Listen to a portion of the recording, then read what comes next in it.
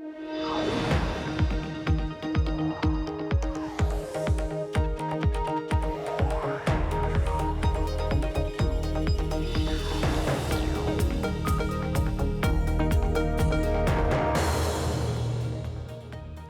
Emily Chang in San Francisco, and this is Bloomberg Technology. Coming up in the next hour, Apple sales crush Wall Street estimates. Second quarter revenue surging 54% to $89.6 billion. CEO Tim Cook saying that Apple is in a period of sweeping innovation and that its products helped users meet the moment. More on the numbers and analysis. Plus, a huge revenue beat for Facebook, the social network reporting sales of $26.17 billion. Growing more than 47%, it marking at least 9 straight revenue beats for Facebook. We've got all the details. And Microsoft President Brad Smith says Google is hurting the open web and may even be a threat to democracy. He joins me for a wide-ranging, exclusive conversation about antitrust scrutiny on big tech as the company nears a $2 trillion market cap. He also talks about President Biden's corporate tax plan.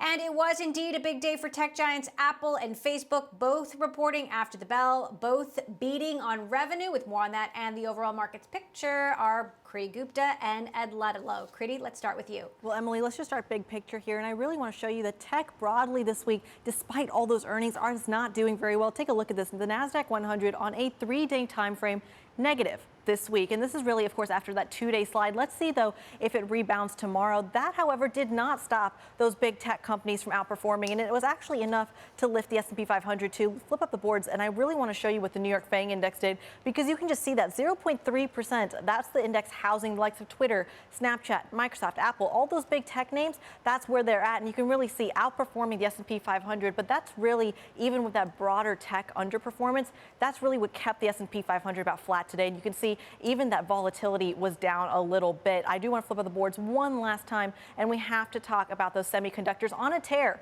for a whole year, but now you're starting to see them plateau. So it'll be really interesting to see how they kind of go into this next month. That's the big picture, Emily. Let's go under the hood with Ed Ludlow.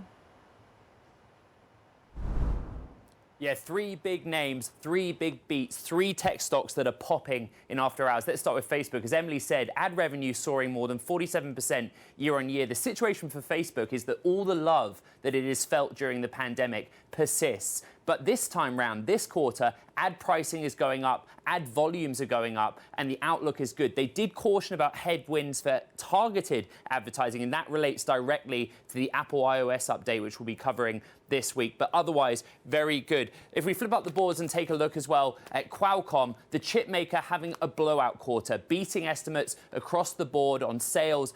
But there's still that tight supply issue. There still aren't enough chips to meet demand. A good headache if you're a chip maker. But remember, Qualcomm is at the mercy of third parties like TSMC, like Samsung, to manufacture chips on its behalf. It had to prioritize sales to higher end products where the margin's better, and it has to think about industries like the automotive industry that's trying to get hold of more chips. Finally, let's talk about Apple. Incredible performance across the board from Apple. iPhone sales better than expected. iPad sales better than expected, services sales better than expected, and to boot, they added $90 billion to the existing share buyback program, which has left investors very happy after hours. And Wednesday, remember, Apple is a stock that has trailed the S&P 500, that has not performed that well year to date. Could this be the turning point for Apple? We'll listen in on the call. Ed, Apple shares certainly pick it up after hours. Thanks for that, Ed Ludlow and Kriti Gupta. I want to keep talking about Apple now. Crushing Wall Street estimates. Forrester Research principal analyst Julie Osk joining me now. Julie, thanks so much for joining us. So Apple doubling its profit in part on soaring sales of the iPhone yet again. What are your headline takeaways here? Yeah, so the headline takeaways would be Apple, first of all, Apple crushes it every quarter, but also Apple is in all the right businesses right now. We're working from home more, we're buying more phones, more tablets, more computers, and we're streaming media, and we're even working out at home. So let's talk about then, Tim Cook talked about this being a period of sweeping innovation. I mean, would you agree with that? Of course, Apple has been working towards this strategy of a family of products, not just one model or 2 models. Now you can choose from many models of an iPhone if you want to buy one now. Yeah, so I'd say when we talk about sweeping innovation, I think that's something that could apply to the past decade. But I do believe that Apple has been building a family of products and a family of services where the more services they offer, the more products I want to buy, and then the more services that I want to buy. So they've really built out an ecosystem that has been effective in generating more revenue per customer over the past decade. So very thoughtful, but yes, there's a lot of innovation. Absolutely. So where do you think that next generation then of innovation is going to come from? Obviously, we're expecting a big September event like they always have. They just unveiled this new line of iMacs with the M1 chip and a new version of the iPad Pro, cementing this transition to Apple designed semiconductors, which means that they can connect all of these products in a more seamless way. So I think there's a couple of things to look at here. So I think one, especially when you look at markets that are fairly mature, like the iPhone or laptop computers, I think someone like Apple, when you're talking about real innovation, has to be looking at new industries. So when we talk about innovation, what I would be expecting to see from a services standpoint, where are they going to go with healthcare? Where are they going to go in education? Where are they going to go in industries where they haven't traditionally been as strong, right? They got a bit of a late start with media. Apple Plus is going well, right? They're in fitness and they're in wellness.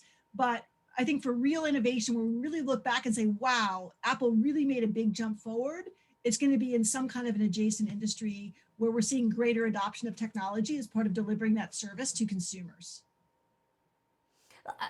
Tim Cook on the earnings call right now saying all-time Mac revenue hit a record that was fueled by custom versions with that M1 chip. How critical do you think that M1 will be to the next generation of Apple's success, given that it is now integrated into so many of their products?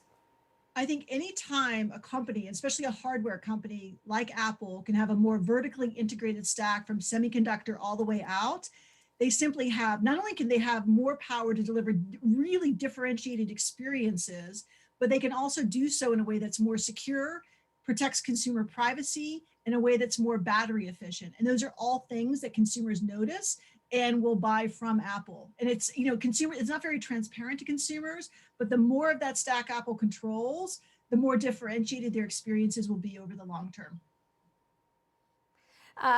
Tim Cook saying about this quarter that it reflects both the enduring ways our products have helped our users meet this moment in their own lives, as well as the optimism consumers seem to feel about better days ahead. That's an interesting segue, Julie, into, obviously we've just gone through this major transition in how we work, schooling from home.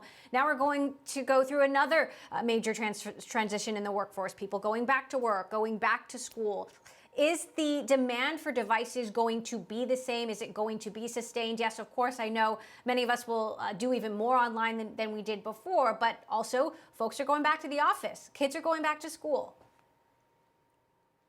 Well, I think there's a bit of, Emily, I think there's, and I hope so, that's in that model, right? I think that has to be part of what you're counting on.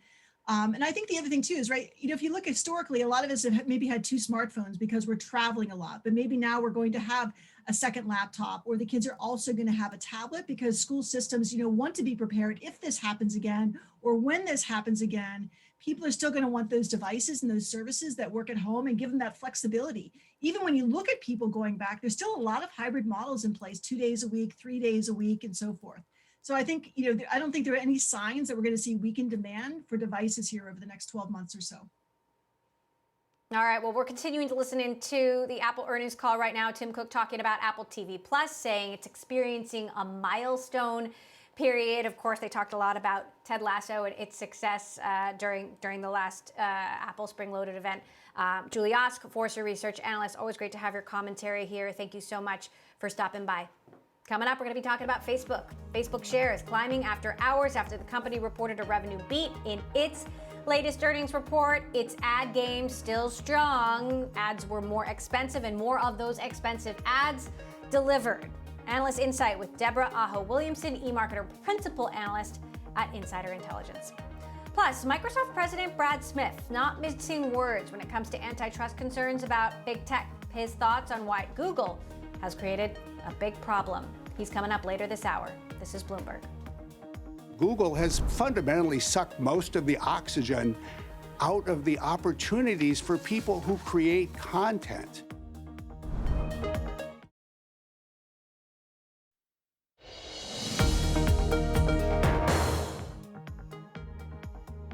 Facebook shares also up after hours after the company reported a first quarter revenue beat, up almost 48% year over year. Lots to parse through with users, ad growth, and more. Let's get to it with Deborah Aho-Williamson, eMarketer Principal Analyst at Insider Intelligence. Deborah, a year ago, we didn't know how Facebook would weather the pandemic storm, whether the digital ad market would keep up, and here we are. What do we know now? Well, we know a lot. We know that Facebook has definitely weathered the storm. Facebook actually got stronger in 2020 as a result of the pandemic. It's now verging on almost a quarter of the worldwide digital ad market. And we know based on the Q1 results that Facebook has continued to benefit from the pandemic, with ad revenue up 46% year over year, user gains as well, although not as strong as perhaps the ad revenue growth has been. And again, it's kind of hard to keep saying this quarter after quarter, but they keep beating expectations, and it's pretty remarkable. And yet they say that there are headwinds coming, whether it's regulatory changes or platform changes or changes that Apple has made to its operating system that could impact ad tracking capabilities across the web. What do we know about how that will impact Facebook and how it is impacting Facebook so far? Yeah, well, one thing we know is that Facebook pretty much always says every quarter that there are headwinds. So, and then they seem to beat those headwinds almost every quarter. So you have to take that starting with a little bit of grain of salt. That said, I do think, though, that what's going on with Apple, with the challenge of the changes that Apple is making with iOS 14.5, which is going to limit tracking and limit the ability of Facebook to know more about what it did before about what users are doing outside of the Facebook platform. I think that these are concerns that are weighing on Facebook, but at the same time, we're also seeing the company make a lot of strides in developing new ad products, in developing new measurement capabilities, and even e-commerce offerings that it's hoping that the company is hoping is going to help it to continue to fend off these challenges that Apple is proposing or is posing. Excuse me. Meantime, we are around the world coming out of lockdown. What does that mean for Facebook and its family of products if people are spending less time online, or will they be? That's something we've been talking about a lot internally, and we were expecting that Facebook usage would start to decline. The frequency of usage, the daily active usage, would start to decline after seeing a bump in the early part of 2020.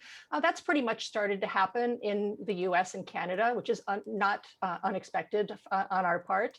We are still seeing gains in monthly active users in regions like the U.S. and Canada, in Europe, and they've also continued to show gains in Asia Pacific and the rest of the world region. So on that perspective, I think Facebook's family of apps is doing pretty well. And certainly Instagram is definitely growing. It's gaining audience, not only among young people, but increasingly among the Gen X and older. So it's building users there. WhatsApp, again, we don't have specific numbers from Facebook on how well WhatsApp is doing, but we do know that it is, and it remains to be, one of the most popular messaging platforms around the world. So when it comes to Facebook's position as a place to reach people, when you're thinking about it as an advertiser, it's still very powerful, and it still has a lock on a huge portion of the internet audience around the world. How much does Facebook's brand reputation, though, concern you as a risk? Obviously more focused on Facebook, the Blue app in particular, less of a concern at Instagram. That coupled with competition from TikTok, how big a risk is it? Yeah, I mean, and it weighs on me, but it weighs on Facebook as well. And I think we're seeing it just in the past couple of weeks and months, Facebook saying that it's going to take more steps to do things like let people change up their news feeds to show more positive things or things that they're more interested in. Facebook is also trying to tamp down on that relentless onslaught of negative and divisive content that has plagued it for quite a long time. These things remain to be seen. This is not an easy challenge to try to, to change a news feed or to make it a better, more positive thing. It's something that Facebook has to do, and I think that if it can succeed in that, it's going to continue to attract users and continue to have people coming back. But I 100% agree. This is a big challenge, and you're right. TikTok is also a big challenge as well, especially for the younger audience. All right, Deborah Aho Williamson, more to continue to work through. We're going to keep listening into the Facebook earnings call. eMarketer Principal Analyst at Insider Intelligence. Thanks so much for stopping by.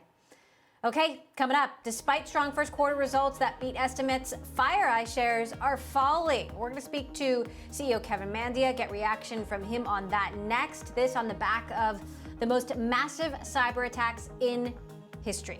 This is Bloomberg. On Mac, fueled by the M1, we set an all-time revenue record, continuing the momentum for the product category. In fact, the last 3 quarters for Mac have been its 3 best quarters ever.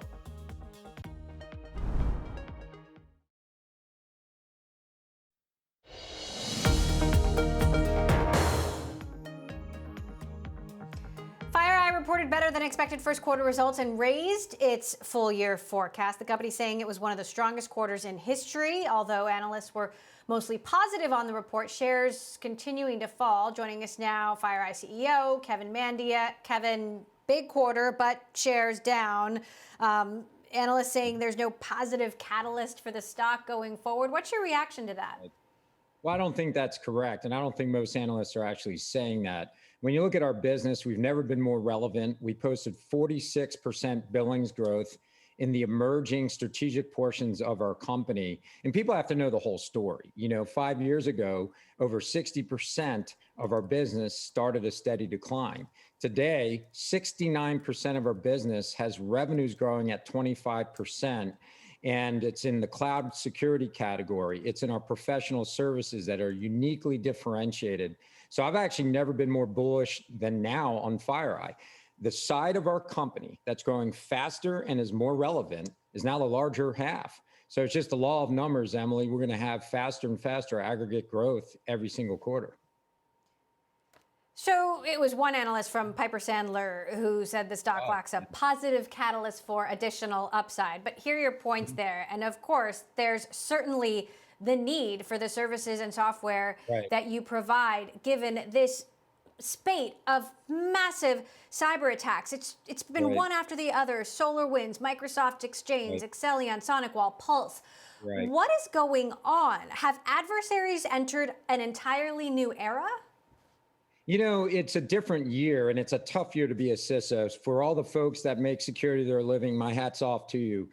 In some ways, Emily, it's showing that our security is getting better, because now you have to have implants to break in. You have to have 0 days to break in. But we are responding to more zero-day based attacks, or attacks where there's simply no patch available for them, more this year than the last few years combined. And we're not finding them soon enough. I mean, the bottom line is there's usually a victim or two to the 0 day. They've been armed. They've been found by bad actors, and we're learning it after the fact. So right now, the best way to describe the internet, it's a hostile neighborhood, and you've got to come prepared to fight and defend yourself.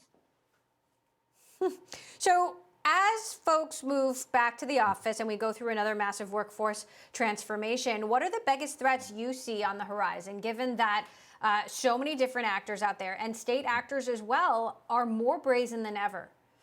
Right. Well, I do believe if you watch geopolitics, hacks follow where money goes, hacks follow geopolitical conditions. And right now with the new administration, there could be nations making different political squeezes. Diplomacy might be an option over time. I don't think much will change on the threat horizon right now, whether you're in the office or out of the office, the attackers are 10,000 miles away. They don't know where the heck you're at. They're still going to attack. You can monetize ransomware in safe harbors like Russia, in North Korea, in Iran. And because of that, with no risks or repercussions, there will always be ransomware actors, extortionists using the internet. And then again, based on geopolitical conditions, we're going to see modern nations developing offensive capabilities and exercising those capabilities without rules of engagement that are clearly defined. I'm curious if we're getting any closer on attribution. Microsoft attributed the Exchange hack to a group called Hafnium, which no one had ever heard of before March. Do you know what Hafnium is? And you know, who has the most credible intelligence to be attributing these attacks? Well, I think it depends on the types of attacks. There are times where Cisco has great intelligence. Microsoft always has great intelligence. Amazon Web Services has great intelligence. We maintain over 200 threat analysts that speak 34 languages in over 25 nations as just our intelligence collections arm. And that's the tough thing about cyberspace. You can see the planes if they're attacking in the air. You can see the army on land. You can see the ships in the sea. But in the cyber domain, everything's invisible. And without with that invisibility cloak, you're having a tough time. It's kind of like a gray area domain, and people are hiding their true identities and true origins. But I have no reason to think Microsoft has it wrong. I think Hafnium is a Chinese threat actor. Meantime, the Chinese government has repeatedly denied allegations it was involved. And I'm curious, does the Chinese government have any credibility here on this issue, or is there some nuance that we're not getting? You know, I can't tell as to the truthfulness of different nations and their diplomats. I just know that right now, the evidence that we see in regards to the Exchange attacks, they're most consistent with a Chinese threat actor. And, you know, I have every reason to believe Microsoft got that attribution right. Meantime, the time it takes you to identify a hack has massively condensed from something like over a year it took 10 years ago to just 24 days, which I know that's good, but also bad. What does that tell you? Well, ransomware is shortening it. And what you're talking about is what we call dwell time. From the moment a company is compromised to the moment they know it. I mean, if you know it right away, you can respond right away and usually diminish the impact and consequence of the breach. 24 days, we almost had to divide the types of investigations. We did over 1,000 investigations in the time frame that we reported on. But ransomware and extortion, you get the alarm bell. You either have encrypted drives or you get the ransomware. You get the extortion, and that's shortening that time frame. That being said, I think as an industry, everybody is detecting attacks faster and remediating faster today than 10 years ago. Fascinating stuff. FireEye CEO Kevin Mandia, always good to have you. Thanks so much, Kevin. Coming up, we're going to talk about Qualcomm, the world's largest smartphone chip maker, with a bullish forecast despite the massive chip shortage. We'll break down the results next. This is Bloomberg.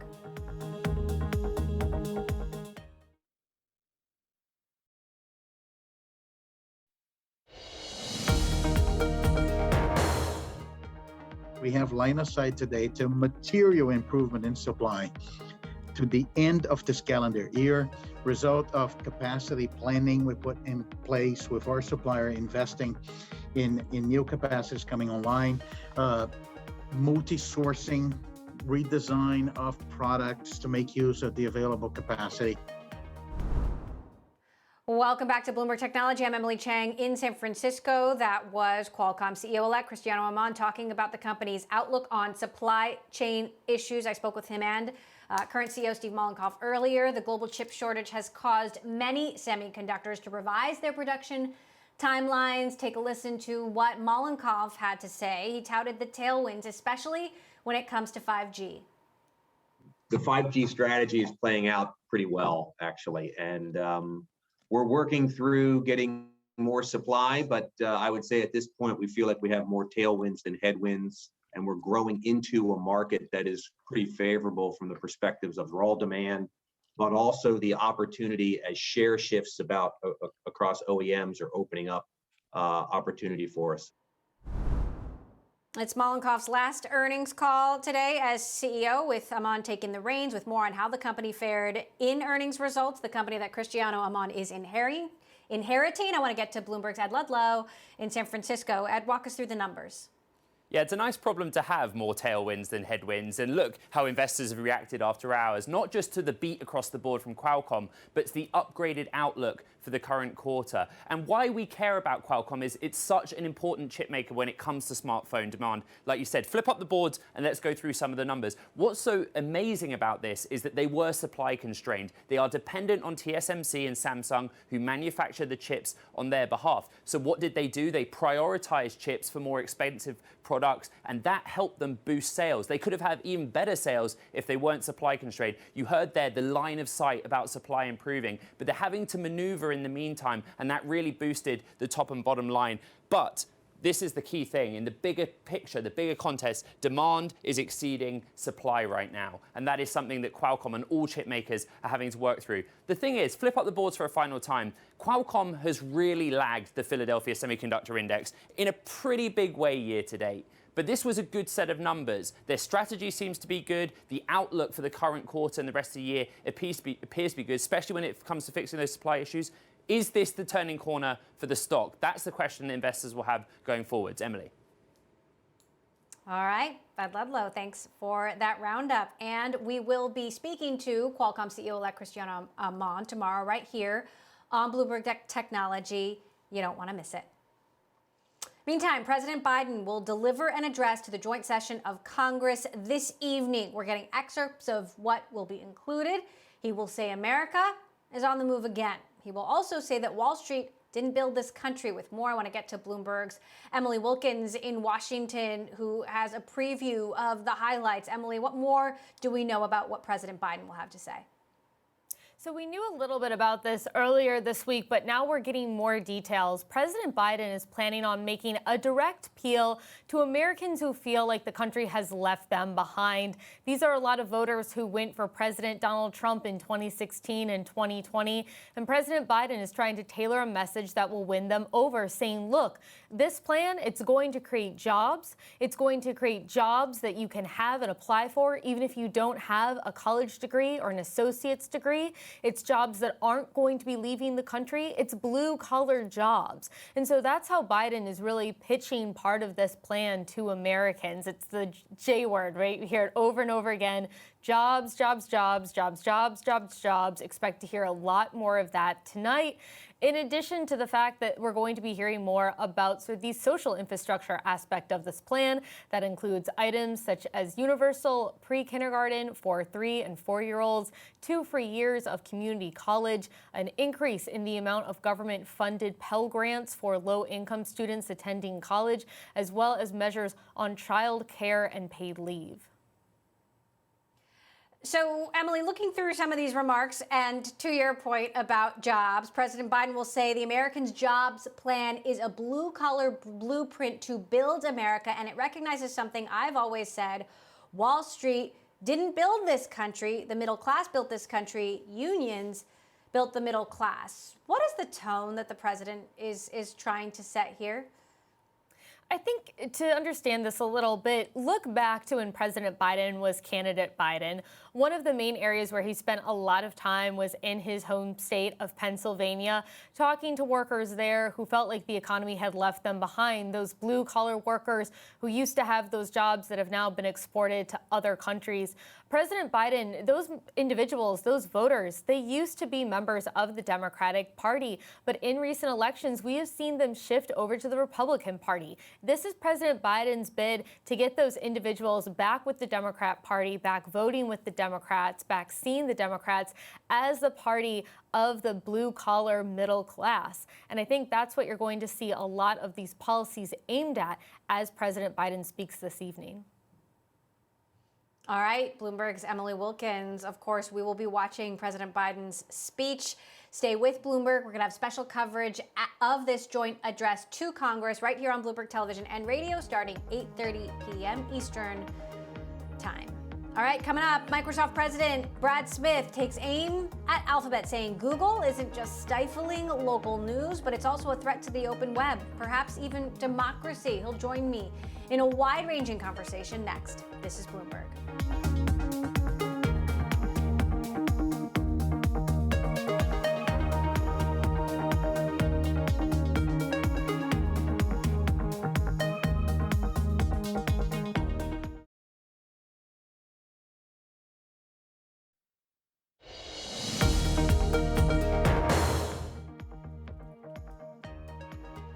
Microsoft shares ended the day down nearly 3% on the back of earnings results. The company's cloud unit Azure saw 50% growth year over year, and Microsoft beat estimates across the board on average, but missed the highest targets. This as Microsoft's market cap nears $2 trillion, and the stock has been on an incredible run.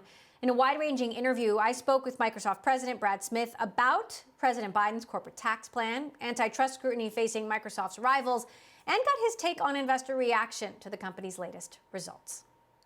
We've seen a 55% increase or so in our stock price over the last 12 months. So, yeah, it's not surprising that we're seeing a bit of a step back. The reality is that it was a very strong quarter. It exceeded expectations. It had revenue growth of 19%, operating income growth of 31%. What I think in so many ways we were pleased to see was really strength across the board. Azure continuing to be a leader with 50% growth. Strong PC growth. That was great to see. I think that is here to stay as people have sort of rediscovered how valuable a laptop and a PC are. Enormous growth in gaming, really led by our new Xbox consoles. So it really, when we look across the board, every part of our business is doing well right now.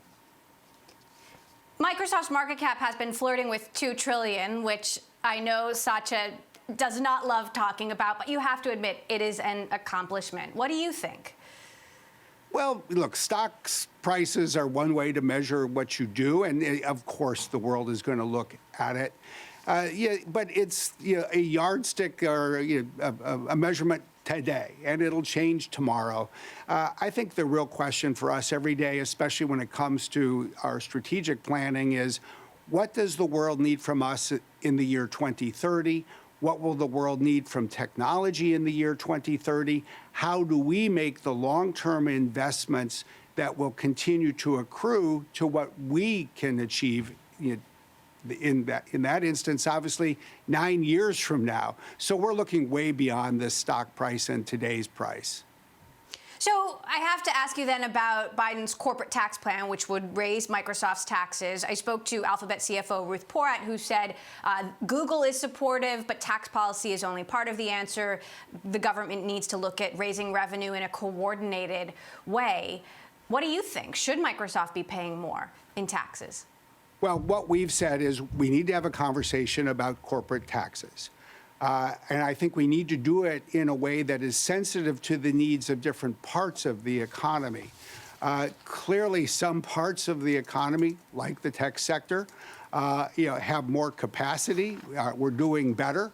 We would certainly like to see our competitors, paying their fair share of taxes. There are some in the industry that, frankly, pay a very, very low rate.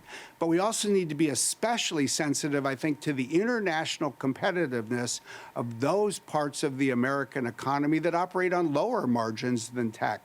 So it's a real conversation that needs to be had. The nuances are really critical.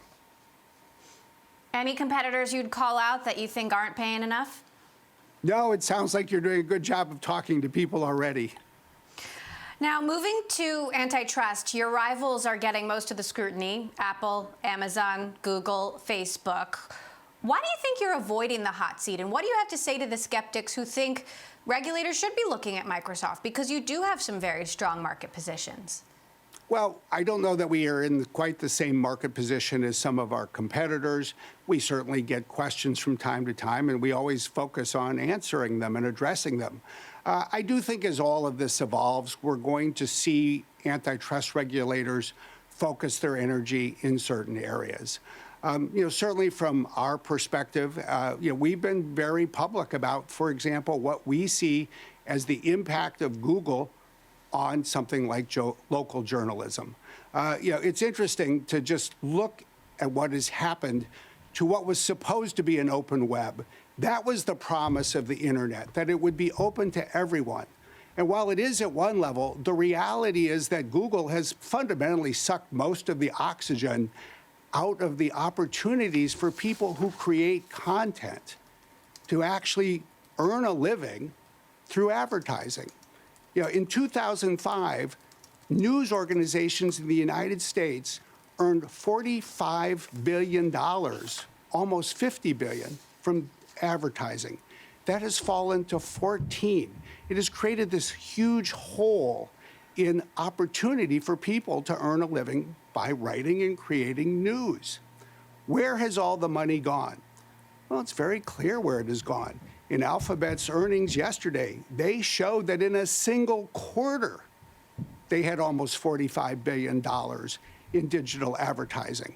And so what Google has fundamentally done is redesign and re-engineer the web so that if you want to make money from content based on advertising, you have to do it through their exchange by using their tools and paying money to and through Google. The open web is now open in theory only, because if people can't make a living by generating content, then they just are forced to go do something else. And when you see the impact of that, when you see the impact on local news, what you're seeing increasingly is a threat to democracy itself. And so I think that's where we're going to see regulators move. And I think where we're focused on is seeing what we can do to sort of restore some of these opportunities for others across the web.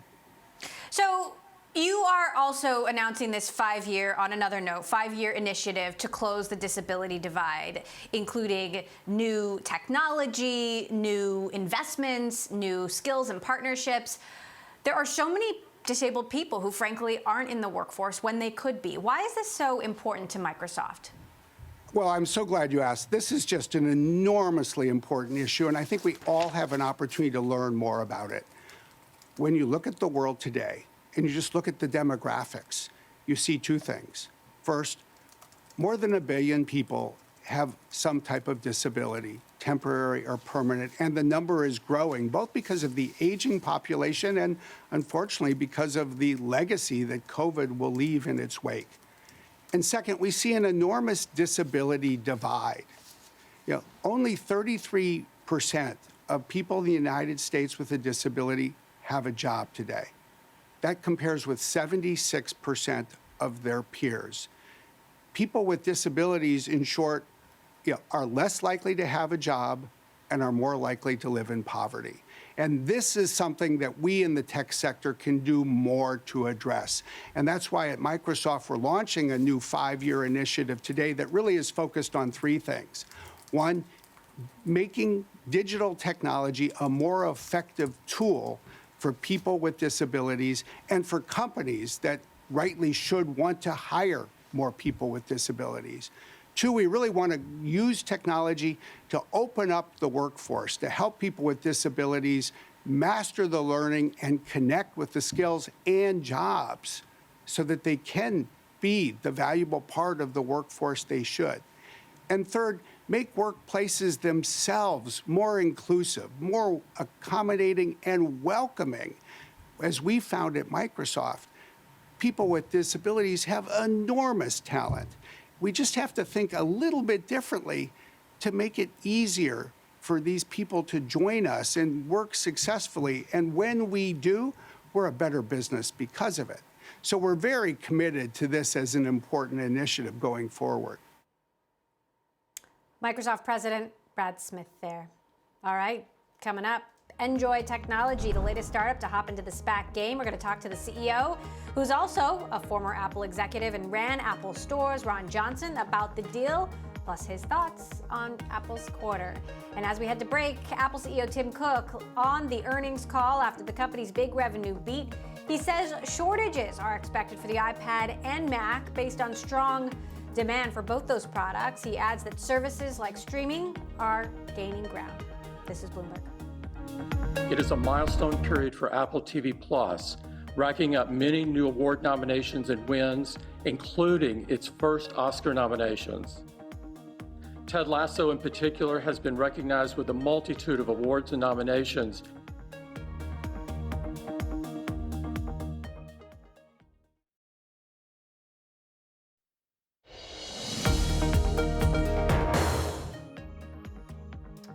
Enjoying the SPAC spotlight. Enjoy Technology announcing today it is going public through a merger with blank check company Marquis Rain Acquisition Corp. The startup operates mobile retail stores and helps customers set up their new tech purchases. The deal giving Enjoy a value of $1.2 billion. Here to talk more about it, CEO Ron Johnson, who's also known as the co-creator of Apple Stores, of course, ran Apple Stores for a long time, also former CEO of JCPenney. Ron, good to have you here. Why a SPAC? How did you come to this decision for Enjoy? Yeah, no, we've been building Enjoy for 7 years now, and it's time to fully capitalize company to take advantage of the opportunities we see around the world. You know, Emily, shopping's been moving to the home for about 30 years. I think of it as commerce at home. Last year, 25% of all purchases were done in the home and delivered to the home. Our vision, though, is that for certain products, people would love you to go through the door. And we have now created the ability to bring the entire retail experience into the home, where you can do everything in the home you can do in a store for free. And we operate mobile stores for some of the great companies in the world, like AT&T in the US, British Telecom in the UK, Rogers in Canada, and now with Apple here in select cities in the US.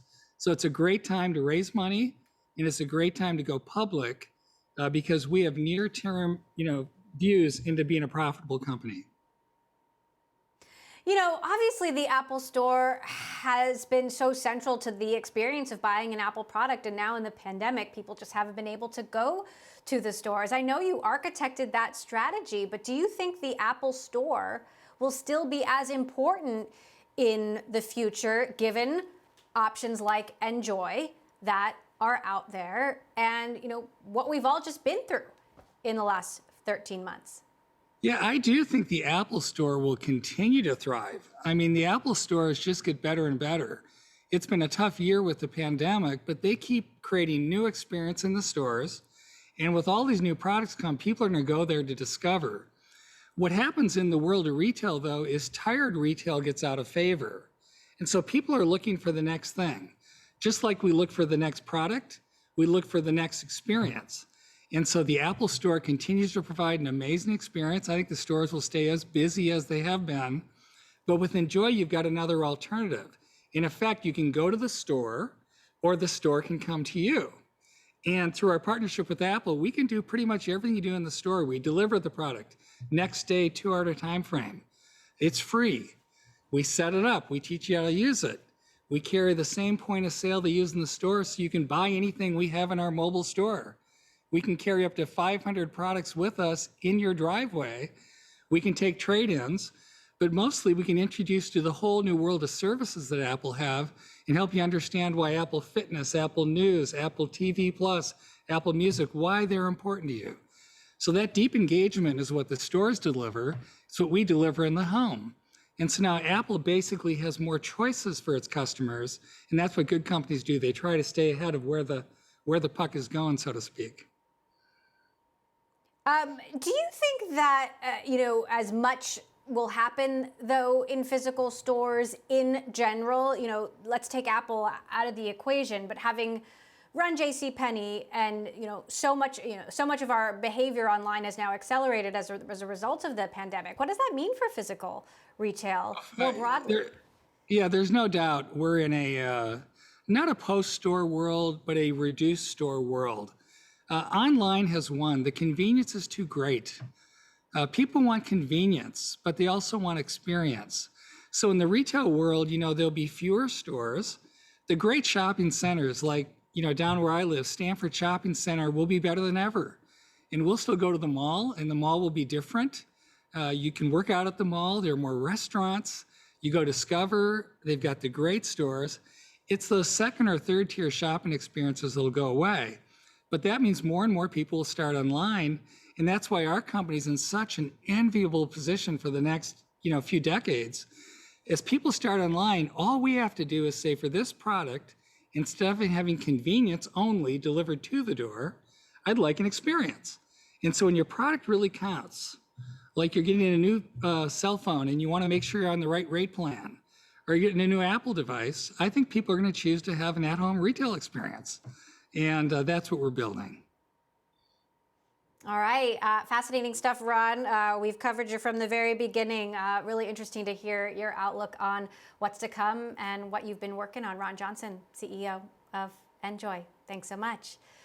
We've been listening into the Apple earnings call as we were talking to Ron. Some more headlines coming out. Tim Cook saying he believes Apple is in the early innings with the Apple Watch, that Apple TV Plus is going very well. They're not going to be releasing subscriber numbers for Apple TV Plus anytime soon. They are facing constraints from the overall chip shortage. I had said earlier that they would be seeing shortages of the Mac and iPad. Now some more color there that is in part because of the chip shortage. Tim Cook also saying the iPhone 12, which of course is the latest model, the most popular of all new models so far. Strong performance of the iPhone 12 Pro.